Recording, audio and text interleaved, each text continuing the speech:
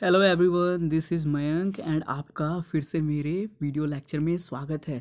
आज हम मोशन की जो है ना फोर्थ लेक्चर ले आए एंड ये टोटली एक्सलरेशन के बारे में है। देखो हम लोग प्रीवियसली क्या क्या पढ़ चुके हैं। हम लोग पढ़ चुके हैं distance, displacement and velocity and speed के बारे में ऑलरेडी पढ़ चुके हैं। और जैसे जनरली बच्चों के क्या कमेंट्स आ रहे थे ना, बच्चों के ये कमेंट्स आ रहे थे कि भैया आपके ना वीडियोस होते हैं ना, ये 30-30 मिनट की लेंथ खींचते हैं। ठीक है, अरे बच्चे, अगर 30 मिनट की लेंथ नहीं खींचूंगा तो आपके कंसेप्ट कैसे क्लियर होंगे। अगर आपको कोई बोलता है ना कि वो आपके एक्सक्लरेशन एंड स्पीड वेलोसिटी जैसे टॉपिक्स को 10 मिनट में ख़त्म कर देगा तो वो आपको सबसे बड़ी झूठ बोल रहा है, क्योंकि ये ना ऐसे टॉपिक्स हैं जिन्हें जल्दी ख़त्म नहीं किया जा सकता। मैं इन्हें अच्छे टाइम दे रहा हूँ ताकि आपका कंसेप्ट बिल्डअप हो। एंड जो आपको बोलता है ना कि मैं 10 मिनट में सारी चीज़ ख़त्म कर दूंगा, वो आपसे सबसे बड़ी झूठ बोल रहा है और आपकी ज़िंदगी के साथ मैं तो बोलूँगा खिलवाड़ कर रहा है। क्योंकि एक्सक्लरेशन ये सारे ऐसे ऐसे टॉपिक हैं ना, ये आपके बेसिक्स हैं। अगर आप इन्हें पढ़ के जाओगे, इन्हें पढ़ते रहोगे ना, अच्छे से पढ़ लोगे, तो बता रहा हूँ आने वाले 9th 10th 11th क्लास में आपको कोई भी डिफ़िकल्टी नहीं होगी। आप देख लेना, आप मेरे वीडियो लेक्चर देख रहे हो ना, एंड मैं क्या है ना, मेरी वीडियो की लेंथ इसलिए बड़ी होती है क्योंकि मैं सारे एनसीईआरटी के जो है ना क्वेश्चन न्यूमेरिकल भी डिस्कस करता हूँ। देखो दूसरे टीचर क्या करेंगे ना, वो छोड़ देंगे आपके ऊपर कि आप करो चाहे मत करो, लेकिन मैं क्या है ना, आप देखो आपसे नहीं बनेगी क्वेश्चन तो आप जाओगे कहाँ। डेफिनेटली सही सी बात है ना, आप जाओगे कहाँ। तो मैं क्या करता हूँ, मैं डिस्कस भी करता हूँ किसको, क्वेश्चन एंड आंसर एंड अच्छे अच्छे न्यूमेरिकल प्रॉब्लम मैं अपने चैनल पे कराता हूँ। समझ रहे हो ना। तो चलो ये तो हो गई बातें, अब हम करते हैं स्टार्ट। ओके, तो देखो यार, मैंने बोला ना, मैंने होमवर्क क्वेश्चन दिया था। इससे जो लास्ट वाली ये है ना, जो लास्ट वाली जो हमारी वीडियो आई थी उसमें हमने स्पीड एंड वेलोसिटी के बारे में फुल डिस्कशन किया था। एंड जो लास्ट में मैंने आपको दो क्वेश्चन दिए थे। पहला क्वेश्चन क्या था, पहला क्वेश्चन था ये जोसेफ है ना, ये जोसेफ है ना, ये जॉगिंग कर रहा था, जॉगिंग कर रहा था, तो लेकिन इसे फिजिक्स के बारे में पता नहीं, तो मैंने आपको बोला था कि जाओ इसकी हेल्प करो। तो चलो कर देते हैं हेल्प। क्या है, इस जोसेफ है ना, ये जो है ना, इसको आप पढ़ लेना, मैं इसकी एक्सप्लेनेशन आपको दे देता हूँ। ये जो है हमारा जोसेफ, जोसेफ क्या कर रहा है ना, जॉगिंग कर रहा है सुबह सुबह।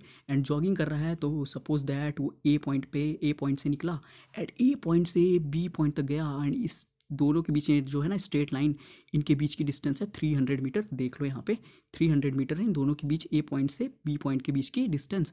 ठीक है, डिस्टेंस है और जाहिर सी बात है स्ट्रेट लाइन है और वापस नहीं आया, अभी ए से बी तक की बात कर रहे हैं। तो हमें क्या निकालना है, ए से बी तक जाने में उसकी average speed and average velocity निकालनी है। तो सिंपल सी बात है, क्या करेंगे, ए टू बी में हम एवरेज स्पीड के लिए क्या लगा देंगे, टोटल डिस्टेंस। टोटल डिस्टेंस तो 300 मीटर है एंड टोटल टाइम कितनी लगेगी, टोटल टाइम उसने हालांकि दिया है 2 मिनट 30 सेकेंड।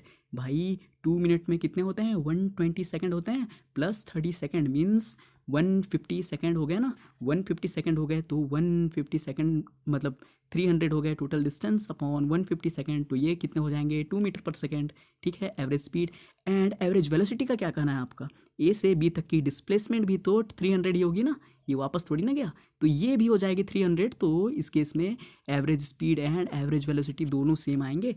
ठीक है, 2 metre per second and 2 metre per second.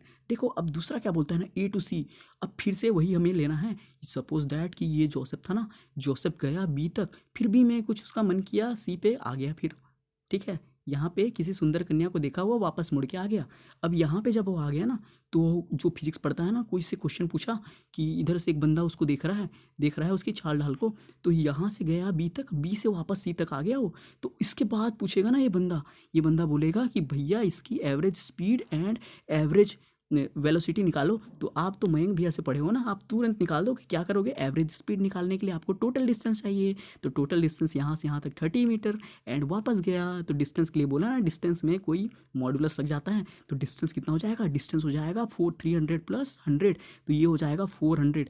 And बच्चे यहाँ से यहाँ जाने में तो उसको 150 सेकेंड लगे थे, लेकिन क्वेश्चन में क्या दिया हुआ है, जब वो वापस आया ना यहाँ से यहाँ तक, तो उसको लग गए 1 मिनट। एंड जो तुम जोड़ दोगे ना 150 प्लस 1 मिनट में 60 सेकेंड होते हैं, तो इन दोनों को ऐड करोगे तो 210 सेकेंड हो जाएंगे। अब जब 210 से आप डिवाइड करोगे, मतलब 400 डिवाइडेड बाई 210, तो ये लमसम मतलब इतनी ही आएगी 1.9 मीटर पर सेकेंड।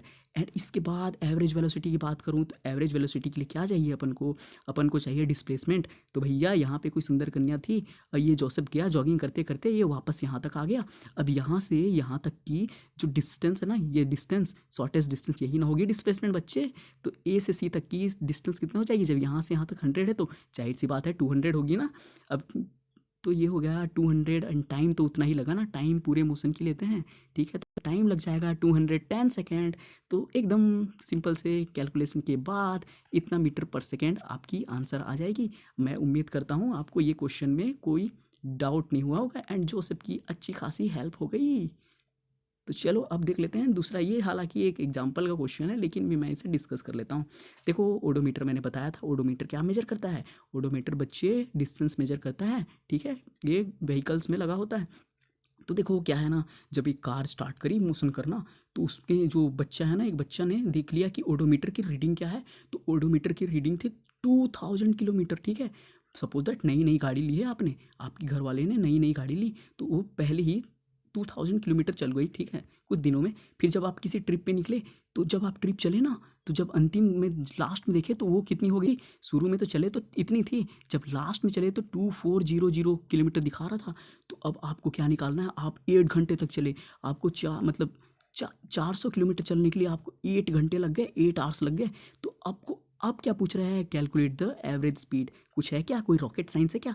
और ये किलोमीटर पर आवर में एंड मीटर पर सेकंड, हम तो पहले किलोमीटर पर आवर में निकाल लेंगे, फिर उसको मीटर पर सेकंड में चेंज कर लेंगे, कोई रॉकेट साइंस नहीं है इसमें। तो देखो इनिशियली तो इतनी दिख रही थी एंड फाइनली इतना हो गया, ठीक है। तो एवरेज स्पीड क्या हो जाएगी, चला तो भाई कितना चला डिस्टेंस, यहाँ से यहाँ तक डिस्टेंस तो 400 किलोमीटर ही चला ना। तो 400 किलोमीटर डिवाइडेड बाई 8 आवर, तो ये अगर आप इसे कट करोगे तो ये हो जाएगा 50 किलोमीटर पर आवर, ठीक है। अब इसको सिंपल सी बात है ना, ये तो आगे किलोमीटर पर आवर में, अब हमें क्या करना है, इसको मीटर पर सेकंड में चलना है, चेंज करना है। तो कोई ज़्यादा कोई रॉकेट साइंस थोड़ी ना है भैया।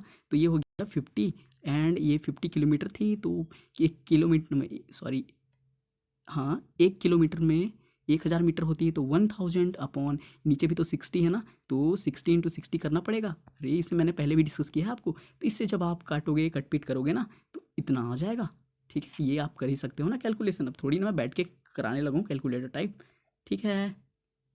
एंड बच्चे अब है ना, अब शुरू हो जाएगा एक्सक्लरेशन। अब देखो एक्सक्लरेशन है ना, एक्सक्लरेशन बहुत ही इंपॉर्टेंट टॉपिक है, ठीक है। अब ये क्या है, एक्सक्लरेशन क्या होती है, देखो कोई भी बॉडी है ना उसे हम एक्सक्लरेशन में तभी बोलेंगे जब उसकी जो वेलोसिटी है ना, अब वेलोसिटी जानते हो ना, वेलोसिटी है, वेलोसिटी की या तो मैग्नीट्यूड चेंज होगी या डायरेक्शन भी चेंज हो ना, तो भी क्या है उसके यहाँ एक्सक्लरेशन है। अब मैं बोलूँ तो आपको लग रहा होगा क्या बोल रहे हैं। देखो भाई ये है ना, पहले 2 मीटर पर सेकंड से चल रही थी, ठीक है, 2 मीटर पर सेकंड से इसकी वेलोसिटी थी ऐसे, फिर कुछ देर बाद ये हो गई 4 मीटर पर सेकंड। तो भैया इसके वेलोसिटी में चेंज आ रहा है ना, इसके वेलोसिटी में चेंज आ रहा है, वेलोसिटी बढ़ रही है, डिस्टेंस एंड डिस्प्लेसमेंट वाला खेल नहीं है भैया। तो इसमें क्या हो रहा है, 2 मीटर पर सेकंड थी पहले एंड 4 मीटर पर सेकंड हो गई। तो इसमें क्या हो रहा है, इसमें हो रहा है ना सीधा आपका वेलोसिटी चेंज। तो एक्सेलरेशन का दूसरा डेफिनेशन भी यही होता है, rate of change of velocity, mind it, rate of change of velocity होती है इसकी फॉर्मूला। तो वही है ना कि अगर वेलोसिटी की मैग्नीट्यूड चेंज हो या तो उसकी डायरेक्शन भी चेंज हो जाए ना, वेलोसिटी की मैग्नीट्यूड सेम रहे लेकिन उसकी डायरेक्शन अगर चेंज हो जाए ना, तो उसे क्या बोलते हैं, उसे बोलते हैं हम एक्सेलरेशन आ जाता है वहाँ पे। अब देखो जैसे कि ये है ना, ये आपकी ये मूव कर रही है, ठीक है, ये अर्थ ऐसे मूव कर रही है। अब मैं मान के चलता हूँ, कांस्टेंट स्पीड मान लेता हूँ, ठीक है, इसकी मतलब कांस्टेंट स्पीड से चल रही, सपोज दैट 20 किलोमीटर पर, अब सपोज बोला हूँ ना 20 किलोमीटर पर आवर्स के हिसाब से चल रही है, ये तो हम मान लिए कि फिक्स है। लेकिन बच्चे हर ये क्योंकि एक इलेप्टिकल ऑर्बिट है, ठीक है, ये आप ग्रेविटेशन में पढ़ोगे केपलर्स लॉ में, तो ये क्या है ना, इलेप्टिकल ऑर्बिट है, तो क्या है बच्चे इसमें डायरेक्शन चेंज हो रहा है। तो मैं क्या बोलूँगा, भले ही इसकी 20 किलोमीटर पर आवर है इसकी वेलोसिटी, लेकिन बच्चे इसमें एक्सक्लरेशन है क्योंकि पर हेड तुरंत क्या हो रहा है, डायरेक्शन चेंज हो रहा है। अब मुझे लगता है कि इसमें डायरेक्शन का खेल है तो वेक्टर क्वांटिटी होगी ना। अब स्केलर एंड वेक्टर में आपको डाउट नहीं होना चाहिए क्योंकि मैं पहले ही वीडियो बना चुका हूँ, ठीक है। तो इसकी एसआई यूनिट क्या होती है एक्सक्लरेशन की, बच्चे देखो, ऐसा एक्सेलरेशन की फॉर्मूला क्या होती है? एक्सेलरेशन की फॉर्मूला होता है velocity upon time. And velocity की एसआई यूनिट तो आप जानते ही हो ना, मीटर पर सेकंड। एंड नीचे में और एक सेकंड लग गया, अब नीचे में और एक सेकंड लग गया तो क्या हो जाएगा? सेकंड को ऊपर भेज दूंगा तो meter per second square. Mind it, meter per second square होती है एक्सेलरेशन की एसआई यूनिट। एंड उसी तरह डायमेंशनल फार्मूला होता है स्क्वायर ब्रैकेट। मैं हमेशा बोलता हूँ कि डायमेंशनल फार्मूला हमें स्क्वायर ब्रैकेट में रहेगा। एंड अंदर में सारे जो लेटर्स रहते हैं वो रहेंगे कैपिटल लेटर में, MLT। तो अब देखो क्या करता हूँ, डायमेंशनल फार्मूला देखो, m तो जीरो ही हो जाएगा यार, क्योंकि इसमें कहीं भी मास का जिक्र नहीं होता है, तो m0l। अब मैंने आपको डायमेंशनल फार्मूला वेलोसिटी का तो बताया ही था, MLT⁻⁻1। एंड जो नीचे में टाइम भी इंक्लूड हो जाएगा, तो टाइम को फिर से ऊपर भेजूंगा तो m0l⁻1 एंड T⁻²। ये है डायमेंशनल फार्मूला।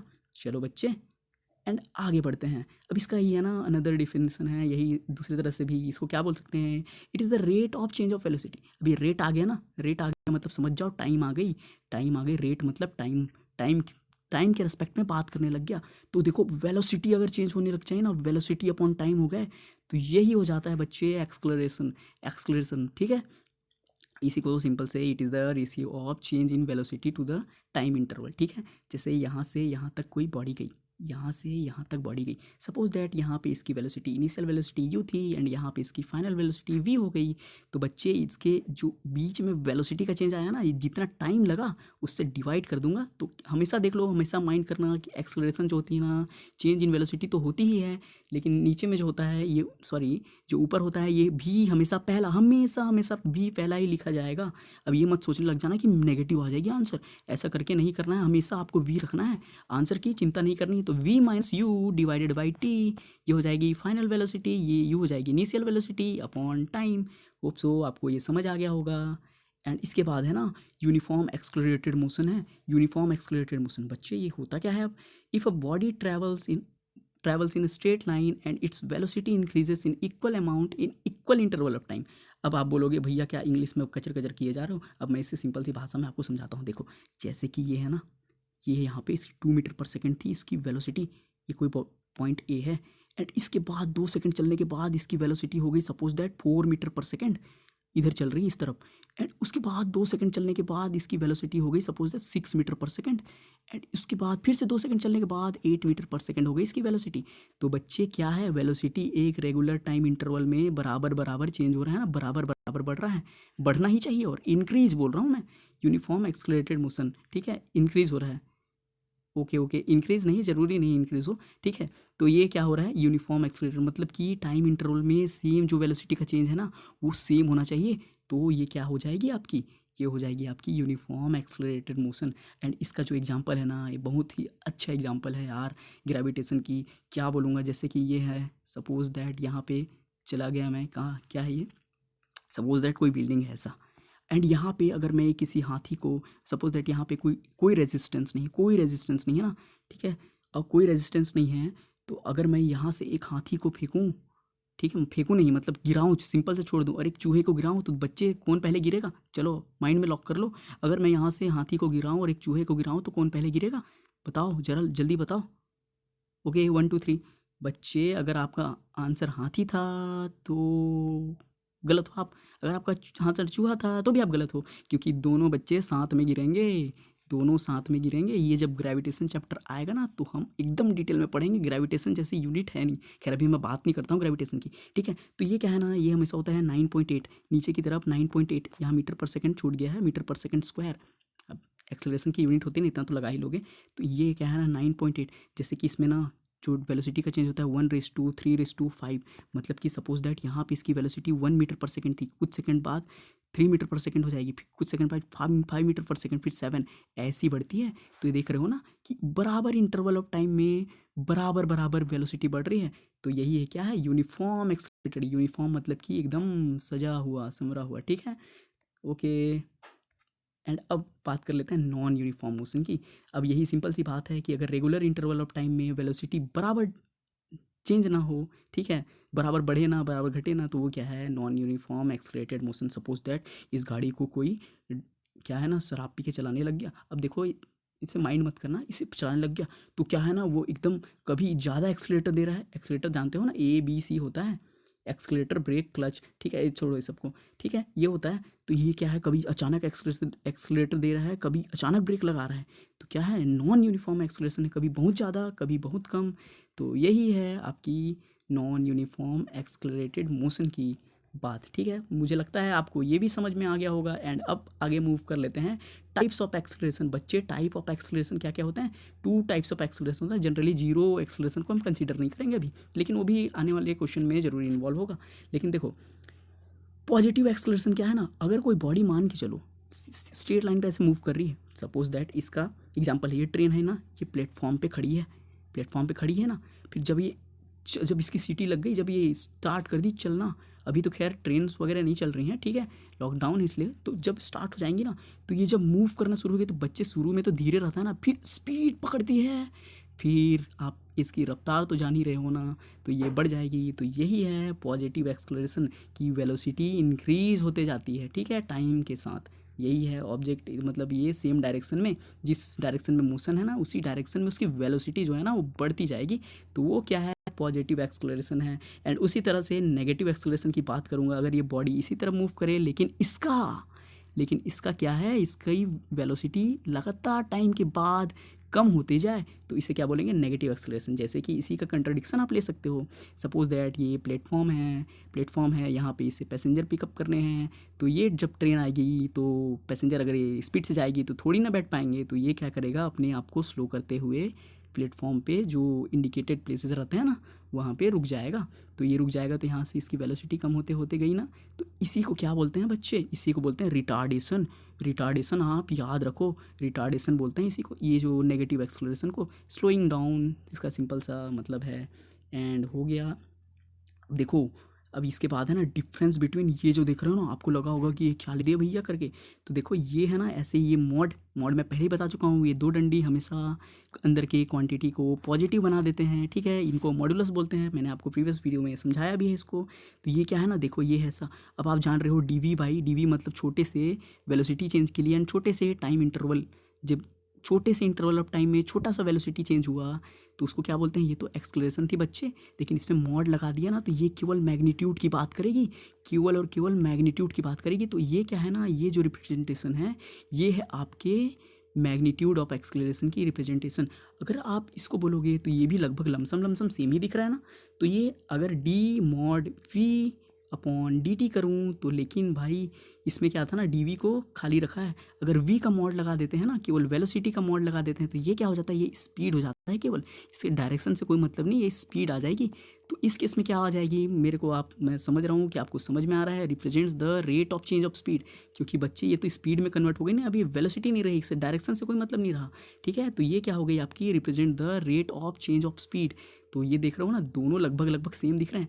एंड ये आपको डिस्कस करना जरूरी है, कोई भी अच्छा टीचर होगा ना आपको, तो ये दोनों चीज़ को जरूर डिस्कस करेगा, क्योंकि ये इंपॉर्टेंट है, ठीक है। अब बात कर लेते हैं, हो गई सारी कंसेप्ट ख़त्म हो गई। अब मैं आपको छोड़ूंगा थोड़ी ना ऐसे, मैं आपको कराऊंगा बेहतरीन क्वेश्चन। अब देखो ये क्या है ना, पहला ही क्वेश्चन पढ़ लेते हैं। देखो, स्टार्टिंग फ्रॉम स्टेशनरी पोजीशन, अब आपको डिकोड करना तो आ गया ना, स्टेशनरी पोजीशन मतलब कि रेस्ट पे है वो, जैसे स्टार्टिंग कर रहा है वो रेस्ट पे है। तो Rahul pedals his bicycle to attain a velocities of 6 meter per second in 30 second. अब जो है ना, ये राहुल चला अपने स्कूल की तरफ। अब स्कूल की तरफ चला तो बच्चा पहले से ही लेट है, एंड स्कूल में लेट से जाएगा तो इसको पड़ेगी मार। तो ये क्या करेगा, पैडल जल्दी मारना शुरू किया, और ये क्या किया ना, जब चला तो शुरू में तो 0 रहेगी इसकी स्पीड, 6 मीटर पर सेकेंड इसने अटेन कर लिया विदिन 30 सेकेंड। सोचो 30 सेकेंड के अंदर वो इतनी वेलोसिटी तक पहुंच गया। तो हमें क्या पूछ रहा है, इसके बाद अचानक इसके यहाँ आ गया ब्रेकर सामने में। अब ब्रेकर सामने में आ गया तो बच्चा ये ब्रेक लगाएगा ना, तो ब्रेक लगाएगा, फिर उसके बाद क्या बोला है, the velocity of the bicycle comes down to 4 meter per second in. तो नेक्स्ट 5, यहाँ से जब ये ब्रेक अप्लाई किया तो इसके बाद नेक्स्ट 5 सेकेंड में इसकी वेलोसिटी कम होकर कितनी हो गई, 4 मीटर पर सेकेंड हो गई। तो हमें क्या बोल रहा है करने के लिए, हमें क्या बोल रहा है, calculate the acceleration of the bicycle in both the cases. तो भैया आपको मैंने फॉर्मूला बताया ना, universal formula, A = V - U/T। And ये जो पहले वाली के लिए पहले तो 0 पे था, u की वैल्यू 0 हो जाएगी, एंड जब फाइनली पहुंचा 30 सेकंड के अंडर तो इसकी वेलोसिटी हो गई थी 6 मीटर पर सेकंड, एंड इसको 30 सेकंड लगा इसके लिए। तो इसका क्या हो जाएगा, सिंपल सा अगर मैं बात करूँ तो u की वैल्यू 0 है, फाइनल वेलोसिटी इतनी है फर्स्ट केस के लिए, है ना, फर्स्ट केस के लिए, and a is equal to v minus u upon t, and उसी तरह से क्या लिखना है, 6 हो जाएगी, 6 माइनस 0 अपॉन 30। तो इसको अगर तुम सॉल्व करोगे तो 0.2 metre per second square, mind it, पर सेकंड स्क्वायर, पर सेकंड में लगा के मत डाल जाना, वेलोसिटी नहीं निकाल रहे हो, एक्सेलरेशन निकाल रहे हो। एंड इसके बाद जब सेकंड केस की बात करेंगे ना, तो सेकंड केस में तो इनिशियल वेलोसिटी उसकी 6 मीटर पर सेकंड थी बच्चे, सेकंड केस में 6 मीटर पर सेकंड थी उसकी। जब वो ब्रेक अप्लाई किया तो वो स्लो डाउन होगा, एंड यहाँ पे पहुँचा ना तो यहाँ पे हो गई 4 मीटर पर सेकंड। तो इस केस में ये हो जाएगी इनिशियल वेलोसिटी, एंड ये हो जाएगी आपकी फाइनल वेलोसिटी। तो आप क्या करोगे, इनिशियल वेलोसिटी में लिख दोगे 6 meter per second, and final velocity में लिख दोगे आप 4 मीटर पर सेकंड। तो फिर से वही यूनिवर्सल फार्मूला है अपना, a is equal to 4 minus 6, 4 है आपकी फाइनल वेलोसिटी, हमेशा फाइनल वेलोसिटी पहले रहेगी, अपॉन टाइम लगा 5 सेकेंड। तो ये क्या हो जाएगा, -2/5। अगर इसको तुम सॉल्व करोगे, आप सॉल्व करोगे तो -0.4 मीटर पर सेकंड स्क्वायर आ जाएगी। ठीक है, अब देखो नेगेटिव भी होती है एक्सक्लेरेशन। तो इससे आपको क्या समझ मिलता है कि अगर कभी भी ब्रेक अप्लाई हुआ ना, कभी भी आपको लिख दिया ब्रेक अप्लाई, तो एक्सक्लेरेशन बच्चे हो जाएगी नेगेटिव, क्योंकि उसकी जो वेलोसिटी होगी ना, वेलोसिटी हो जाएगी जो फाइनल वेलोसिटी, वो इनिशियल वेलोसिटी जब उस पर अप्लाई की गई थी, मतलब ब्रेक अप्लाई की गई थी, उससे तो कम ही होगी ना। ओके, तो ये हो गया आपका पहला क्वेश्चन डिस्कस। एंड इसके बाद है a bus decreases speed from 80 kilometer per hour to 60 kilometer per hour in 5 second. अब देखो बच्चे, अब इसको आप जब बस है ना, बस अपनी स्पीड डिक्रीज़ कर रही है, तो आपको तो सीधी सी बात इतने में ही आपको पता चल जाना चाहिए कि वेलोसिटी अगर डिक्रीज़ हो रही है ना, तो नेगेटिव आएगी एक्सेलरेशन की वैल्यू। अब नेगेटिव आएगी एक्सेलरेशन की वैल्यू, तो अब हम क्या करेंगे, देखो, लेकिन ये 5 सेकंड है, एंड ये है 80 किलोमीटर पर आवर, एंड ये 60 किलोमीटर पर आवर। तो आपको मैंने बताया है ना कि क्वांटिटी, वही क्वांटिटी आप कैंसिल करोगे जो कि सेम हो। तो हम क्या कर लेते हैं, सिंपल सी बात, हम तो पहले क्या करेंगे, हम ये जो इनिशियल है ना, इनिशियल जब वो बस चल रही थी, तो इनिशियली उसकी ये क्या है ना, 80 किलोमीटर पर आवर है उसकी वेलोसिटी, एंड जब फाइनली पहुंची ना, ब्रेक अप्लाई कर दिया उसने, तो 60 किलोमीटर पर आवर पे डिक्रीज़ हो गई। तो बच्चे ये तो किलोमीटर पर आवर है ना, तो इसको तो कर लो, अगर तुमको सेकंड से डिवाइड करना है तो इसको मीटर पर सेकंड में कम से कम तुम चेंज कर लो। अब मैं आपसे उम्मीद करता हूँ कि आपको ये सब आता है। तो देखो 80 है kilometer, 1 kilometer is equal to 1000 meter होता है, तो इंटू 1000 किए, एंड आर को सेकंड में चेंज करना है तो 60 इंटू 60। तो इसको कर देंगे ना, तो इसको अभी पूरा मत किए रहो। देखो अभी ये ना 36 नीचे है, यहाँ भी 36 नीचे है, तो इसको 800/36 ही लिखते हैं हम। अब ठीक है, उसी तरह 60 किलोमीटर पर आवर को 60 इंटू 1000 सेम करना है, फिर ये हो जाएगा 600/36। तो देख लो भाई, ये है ना, ये है आपकी फाइनल वेलोसिटी, एंड ये है इनिशियल वेलोसिटी, एंड ये निकल गई है मीटर पर सेकंड में। मीटर पर सेकंड में दोनों वैल्यू आ गई अपने यहाँ। अब क्या करेंगे, सिंपल सा वही हमारा यूनिवर्सल फार्मूला लगा देंगे, 600/36 माइनस 800/36 इन 5। तो ये हो जाएगा, अगर मैं इसे सॉल्व करूँ तो -200, ठीक है, ये तो कर ही सकते हो ना, इंटू 5 इंटू 36। तो ये हो जाएगा आपका 5 से कट होगा तो 40, ठीक है, तो ये आपका -40/36 हो जाएगा। एंड इसको जब आप कट करोगे तो ये कट के आ जाएगा -1.11 मीटर पर सेकंड स्क्वायर। मैं बार मीटर पर सेकंड स्क्वायर बोल रहा हूँ, एग्जाम में मीटर पर सेकंड लगा के मत आ जाना, एक्सेलरेशन की वैल्यू निकाल रहे हो। तो हो गया ना, आसान सा क्वेश्चन था, बस इसमें आपको यूनिट चेंज करने का खेल था, जो कि मैं आपको पहले ही बता चुका हूँ प्रीवियस लेक्चर्स में। ठीक है,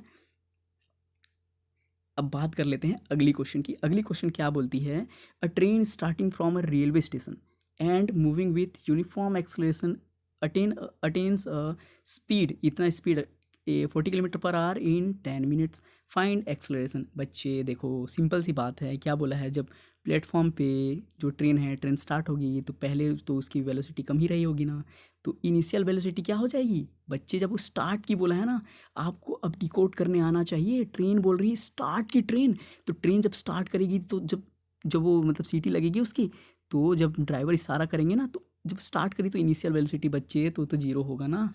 तब फाइनल वेलोसिटी कितना है, देखो फाइनल वेलोसिटी क्या करता है, 40 किलोमीटर पर आवर अटेंड कर लेता है विदिन 10 मिनट्स। 10 मिनट्स में इतने अटेंड कर लेता है वो वेलोसिटी। तो फाइनल वेलोसिटी तो इतनी हो जाएगी एंड इनिशियल वेलोसिटी 0 है क्योंकि तो इसको लिखूंगा नहीं मैं। तो ये क्या हो जाएगी, अब ये देखो फिर से वही चीज़ आपको बार बार 40 किलोमीटर पर आवर है, ये 10 मिनट्स है। तो आप इसको मीटर पर सेकंड में चेंज कर लो यानी इसको भी सेकंड में चेंज कर लो, कोई रॉकेट साइंस क्या। तो ये ऐसे हो जाएगा 40 इंटू, अब तक तो आप माहिर हो जाने चाहिए इसके लिए, 40 into 1000 upon 60 into 60 and upon नीचे में क्या हो जाएगा, और अपॉन नीचे में हो जाएगा 10 इंटू 60। बच्चे 10 मिनट में 10 इंटू 1 मिनट में 60 सेकंड होता है, तो 10 मिनट्स में 10 इंटू 60 सेकंड होगा ना, ठीक है।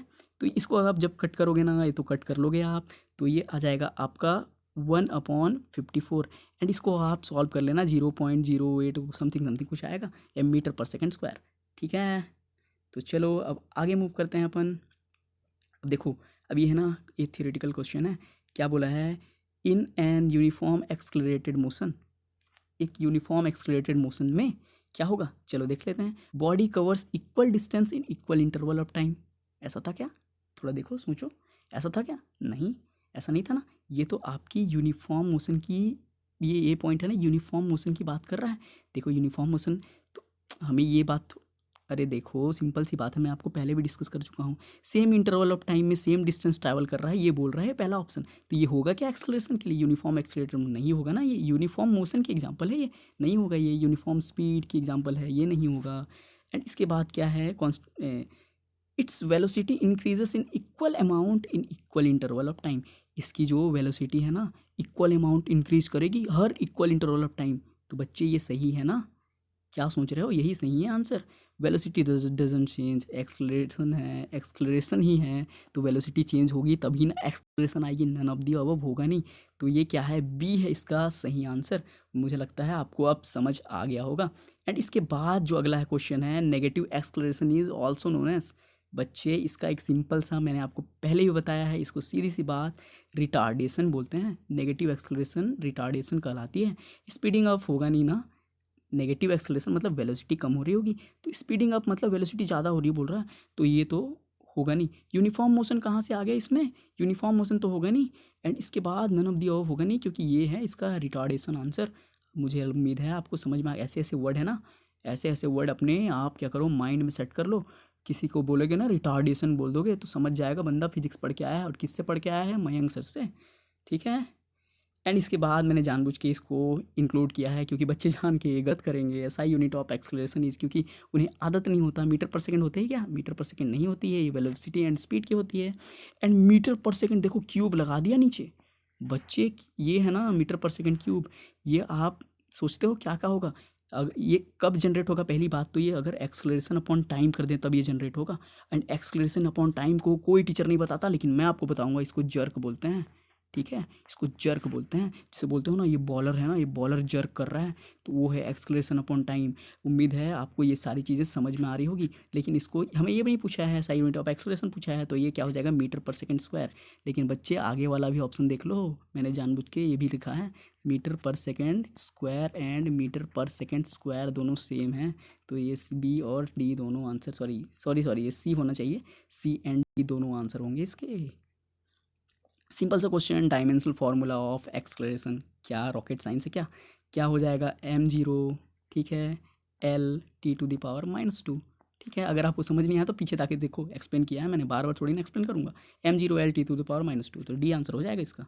एंड अब फर्दर मूव करते हैं। तो देखो बच्चे, मैंने अपना सारा जो है ना सोशल मीडिया अकाउंट रीएक्टिवेट कर दिया है, क्योंकि मैं शुरू में सोचता था कि नहीं करना है मुझे, मतलब कोई भी सोशल मीडिया से मैं दूर ही रहता था। फेसबुक तो मेरे को 1 साल हो गया था कि मैंने स्टार्ट नहीं किया था। तो फिर से मैंने ट्विटर अपना टेलीग्राम, अपना इंस्टा और अपना फेसबुक भी रीएक्टिवेट कर दिया है, ठीक है। तो जाके मुझे फॉलो कर सकते हो। एंड आपको मैं बार बार बोल रहा हूँ, अगर आपको free PDF notes and lecture चाहिए तो आप क्या करो, मेरे टेलीग्राम ग्रुप में ज्वाइन करो।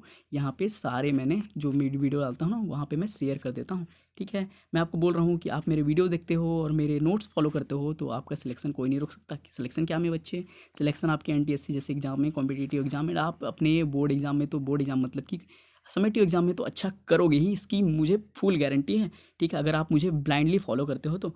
एंड इसके बाद बात कर देता हूँ comments of the day. Comments of the day कौन कौन है आज के, पिछले बार मैंने डाला था ना, तो ये है हमारे साहिल अग्रवाल जी।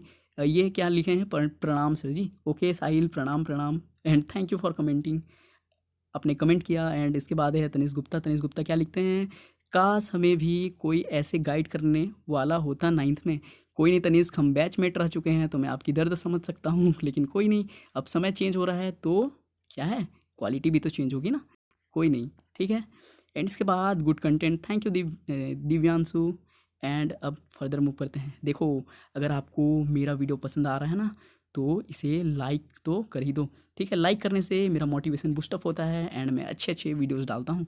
एंड आप सब्सक्राइब करोगे तो इसमें आपका ही भला है बच्चे, क्योंकि अगर मैं कोई वीडियो डालूंगा तो आपको डायरेक्ट नोटिफिकेशन मिलेगा। एंड आप मेरे वीडियो देखोगे ना तो आपके सारे कंसेप्ट जो है ना, सारे कंसेप्ट ऐसे क्लियर होंगे, ऐसे चुटकियों में क्लियर होंगे। एंड आपके जो क्वेश्चन है, क्वेश्चन तो मैं करा ही रहा हूँ सारे एनसीईआरटी क्वेश्चन।